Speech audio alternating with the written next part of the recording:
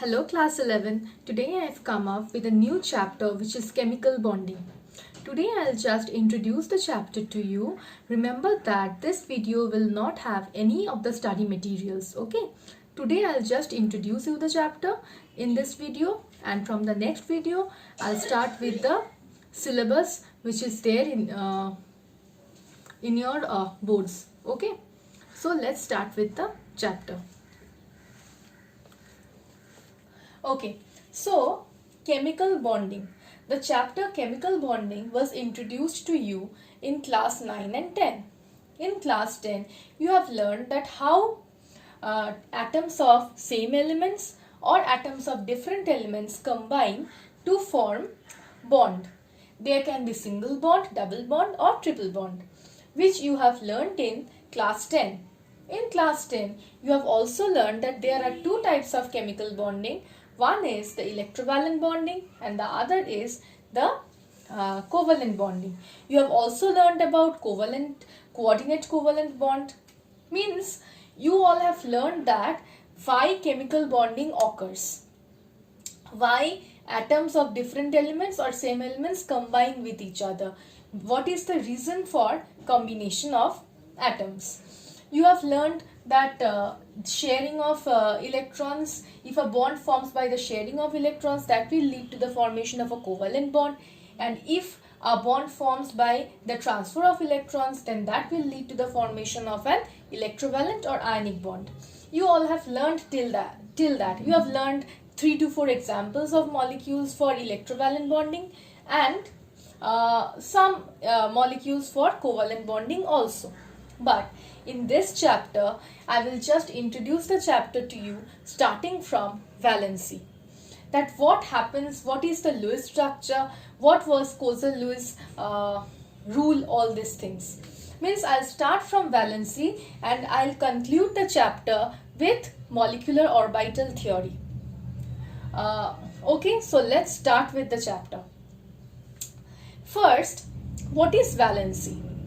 When the term valency was introduced, it was said that valency is nothing but it is the combining capacity of atoms. It was said it's nothing but the combining capacity of atoms. Means a valency of an atom will tell that to what extent the atom will combine with another atom to form a compound or a molecule. Okay, so valency was defined in that way. After that, Kozel and Lewis. You all have known the name of Lewis because you have studied about Lewis acids, Lewis bases. So G.N. Lewis was a known name to you all. Along with that, W. Kozel. These two scientists basically gave logical explanation on valency. They have told that valency is not only the combining capacity of atoms like this. Valency can be dictated by a rule which is known as the octet rule. Okay, how it is said like this, that an element generally have one or more electrons in their outermost shell. The number of electrons which are present on their outermost shell, that will dictate the valency of that element.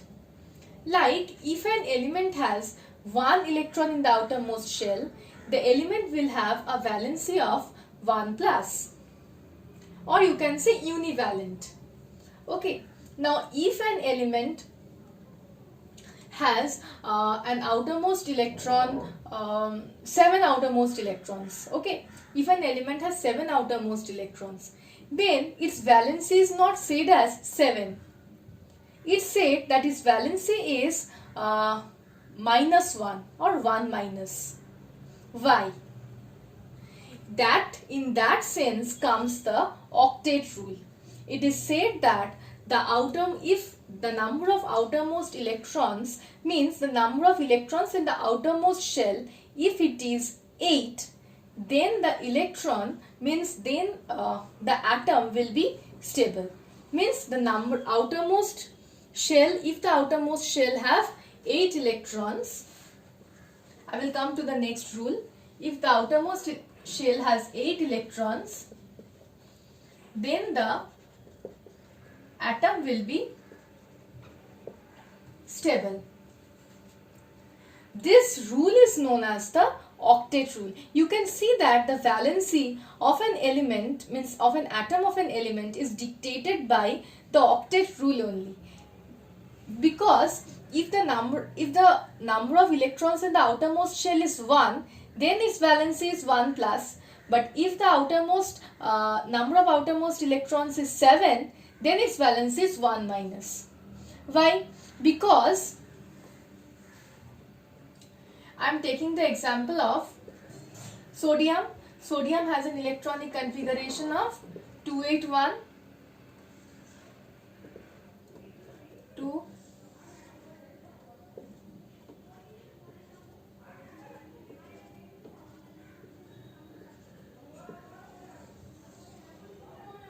I am taking the example of sodium.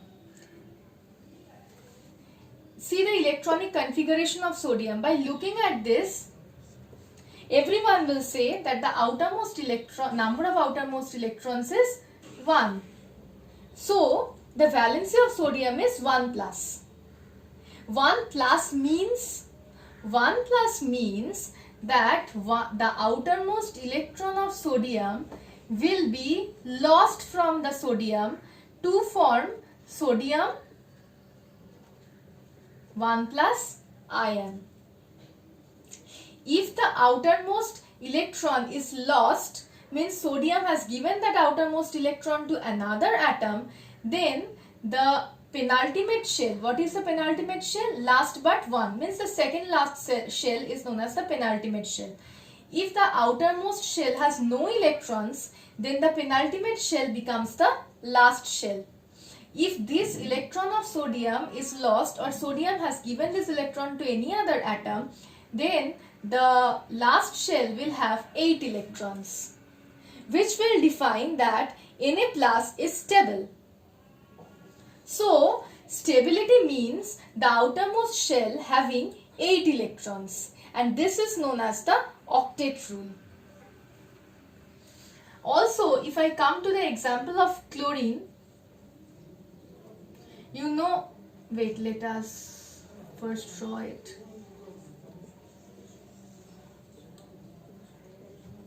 Chlorine has a number of outermost electrons as 7.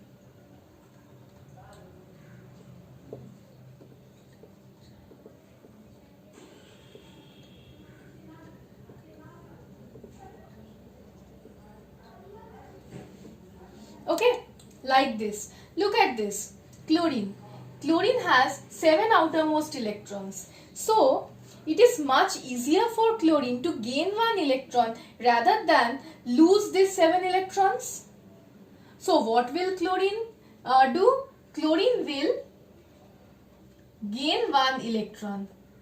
On gaining 1 electron, chlorine will be converted from neutral Cl to Cl minus, means Cl1 minus.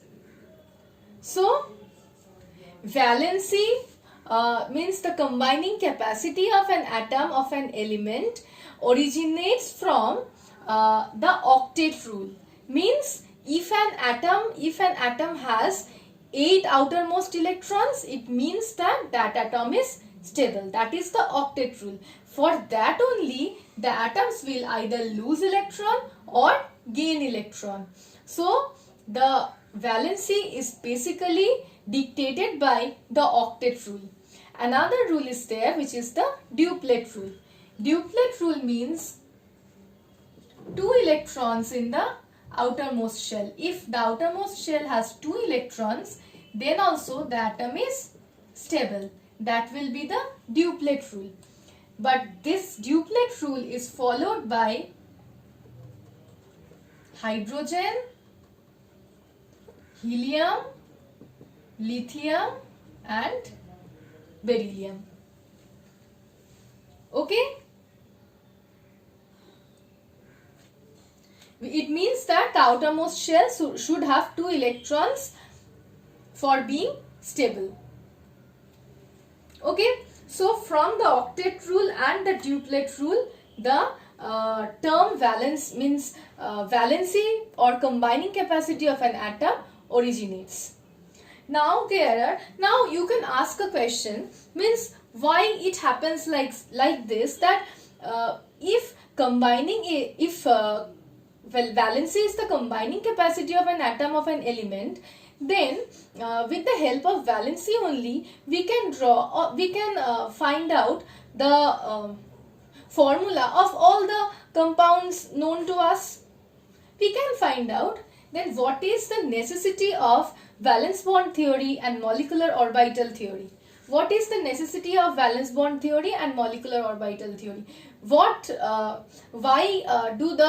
did the different chemists and scientists worked on those theories? What is the need of those theories? For knowing the needs of those theories, you have to know the limitations of the octet rule.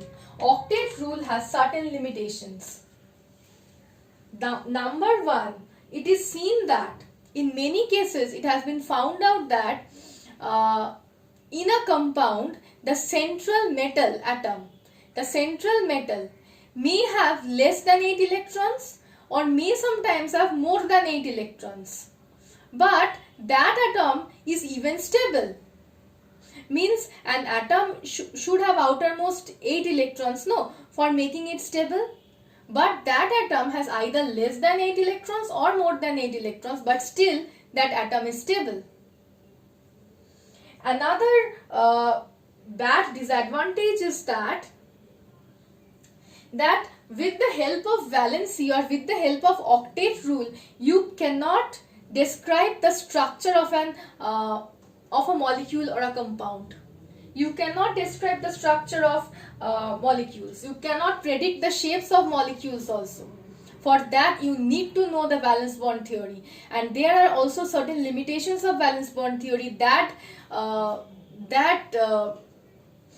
led to the formation of molecular orbitals.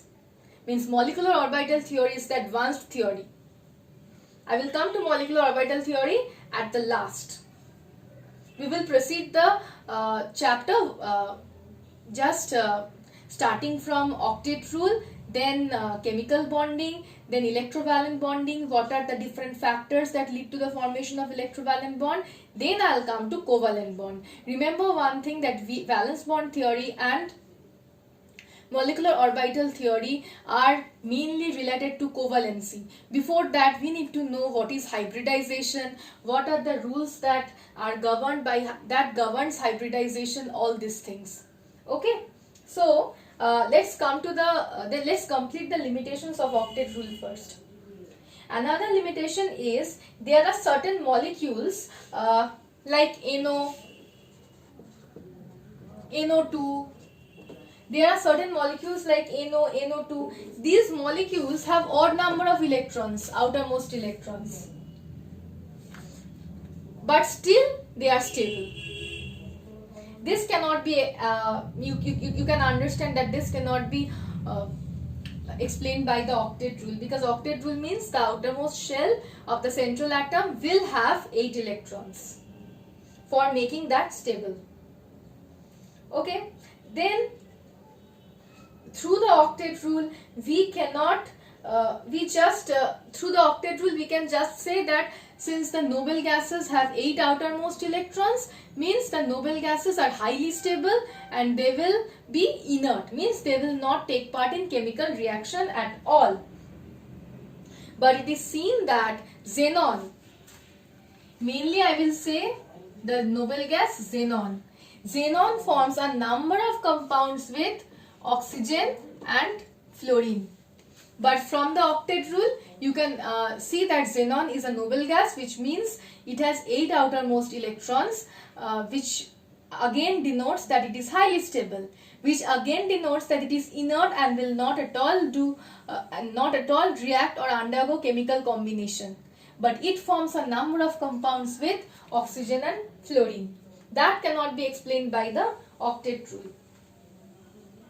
And the stability of the molecules there is a comparative study of the stability of the molecules, which I will tell you, discuss at the last or at the latest last videos.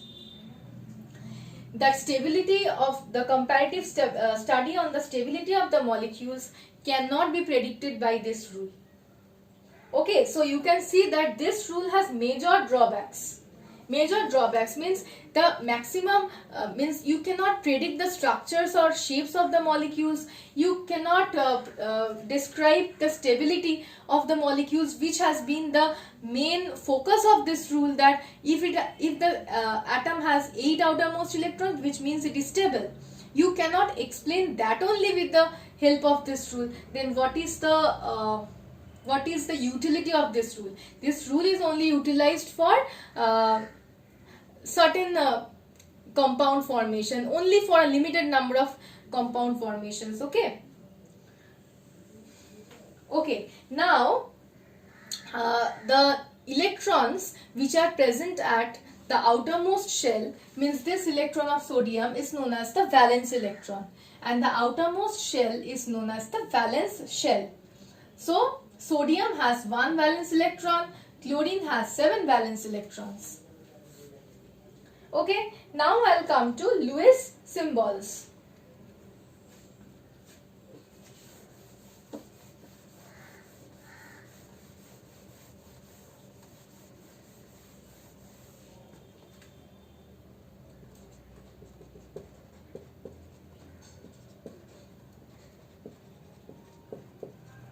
Lewis symbols. In Lewis symbols, generally the electrons in the inner shells are neglected or ignored. Like the Lewis symbol of lithium will be, the Lewis symbol of beryllium will be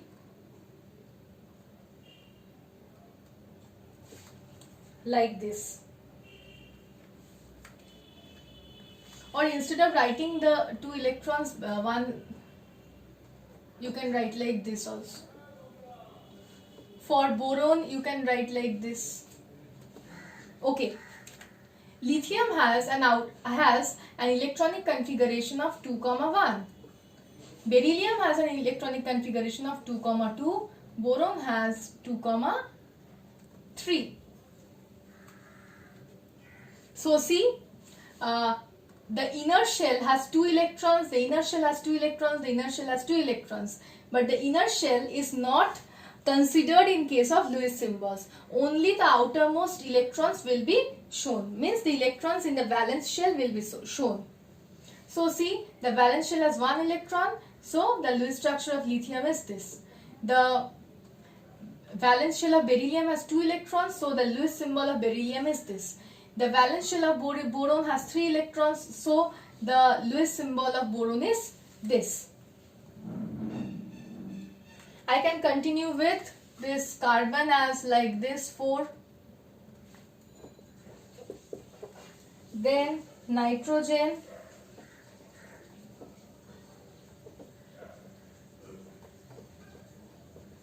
two, 5. Then oxygen,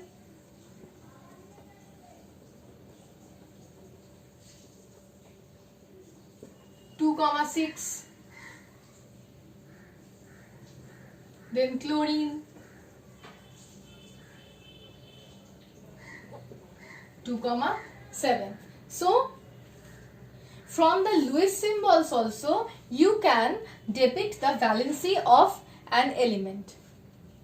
For the elements which has number of outermost electrons less than 4 or equal to 4, like till carbon, the valency will be equal to the number of outermost electrons. So the valency of lithium is 1, beryllium is 2. See, beryllium has 2 outermost electrons, so 2. Boron has 3 outermost electrons, so 3. Carbon has 4 outermost electrons, so 4.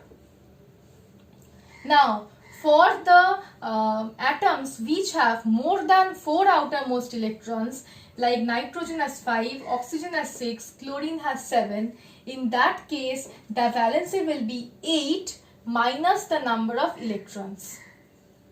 See, 8 minus 5 is equal to 3. Nitrogen has valency 3. 8 minus 6 is equal to 2. Oxygen has valency 2. 8 minus 7 is equal to 1. Chlorine has valency 1. So, it's not necessary for valency to always write plus and minus. For oxidation state, you always have to mention the sign plus or minus. But for valency, what you will say? If the valency is 1, this is univalent. For 2, it is divalent or bivalent. For 3, it is trivalent. For 4, it is tetravalent. For 3, it is again trivalent. For 2, it is again divalent. For 1, it is again univalent. Now you know that the metals are electropositive in nature. When lithium will lose this electron to form lithium plus, then the structure will be like this of lithium. For beryllium it will be, for boron it will be like this. Then again, if I come to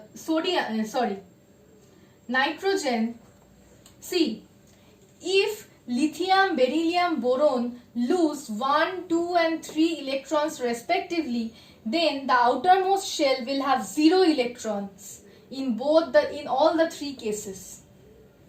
So we will not, outermost shell has 0 electrons, so that should not be mentioned here.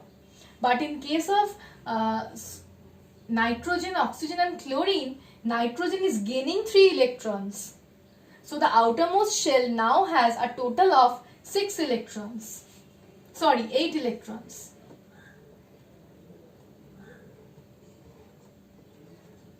So for non-metals, we will write like this.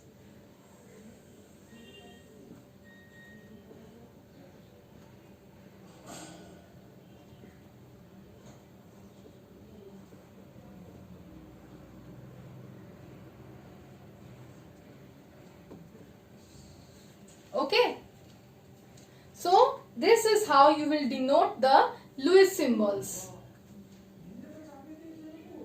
Okay, so I have introduced the chapter till this. From the next chapter we will start with electrovalent bonding and I will continue with the new parts of class 11, which is the factors that are the factors that govern electrovalent bonding. Those parts are very important for class 11s. Okay, in class 11 you will not ask the question that show the electrovalent bonding of sodium chloride. That won't be asked to you in class 11. So I will just touch those parts and start with the portions which are important for your class 11 syllabus. Okay, so till now I have told you about the Lewis symbols. From the next video, I'll start with electrovalent bonding. Thank you.